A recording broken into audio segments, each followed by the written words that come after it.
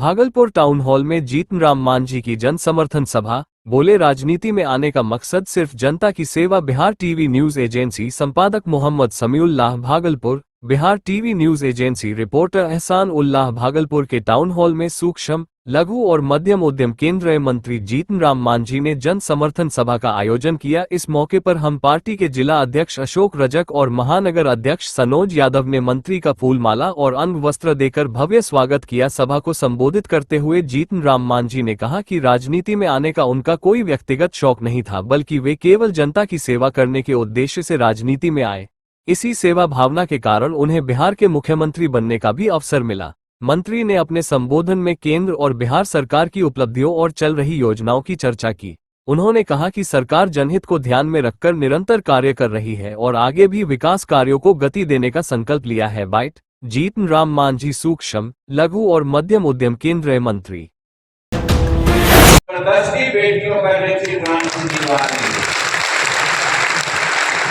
बेटियों को जैसी ग्रांट मिले, मैं एमए करके पढ़ाई फ्री रहे, इसीलिए हम आपके पास आए हैं कि हिंदुस्तानी अवाम मोर्चा से का जहां भी कहीं लड़े उसको आप मदद कीजिए। इतना ही नहीं, आज टेक्निकल युग है, आज आर्टिफिशियल इंटेलिजेंस का युग है।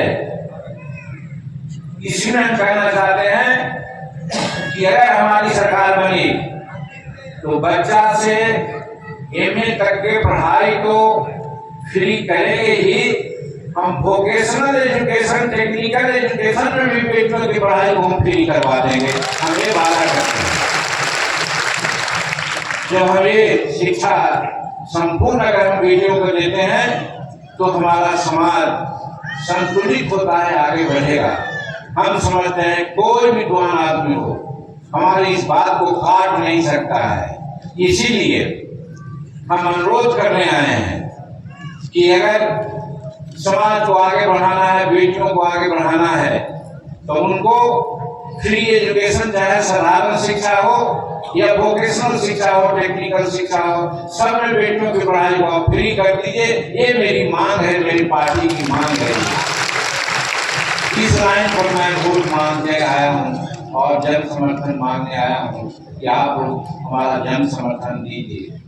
ये अलग बात है, हम एनडीए में हैं, एनडीए के साथ हम हैं, हम जरूर यहाँ कुछ नहीं बोलेंगे, लेकिन हम जब बैठक होगी तो उसमें जरूर हम बोलेंगे कि हमको उचित हिस्सेदारी मिलनी चाहिए। और दूसरी बात है मेरे भाइयों, हम दरभंगा में भी थे, यहाँ भी आए हैं,